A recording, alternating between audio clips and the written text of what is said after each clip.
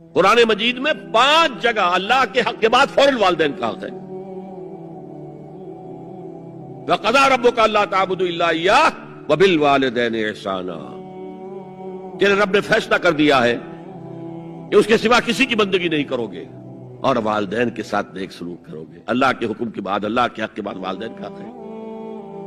سورہ لقمان میں انشکر لی ولوالدیک، شکر ادا کرو میرا بھی اور اپنے والدین کا بھی. اور سورہ بنی اسرائیل میں تو کیا تفصیل آئی ہے. اما یبلغن عندک الکبر احدہما او کلاہما فلا تقل لہما اف ولا تنہرہما وقل لہما قولا کریما واخفض لہما جناح الذل من الرحمۃ وقل رب ارحمہما کما ربیانی صغیرا.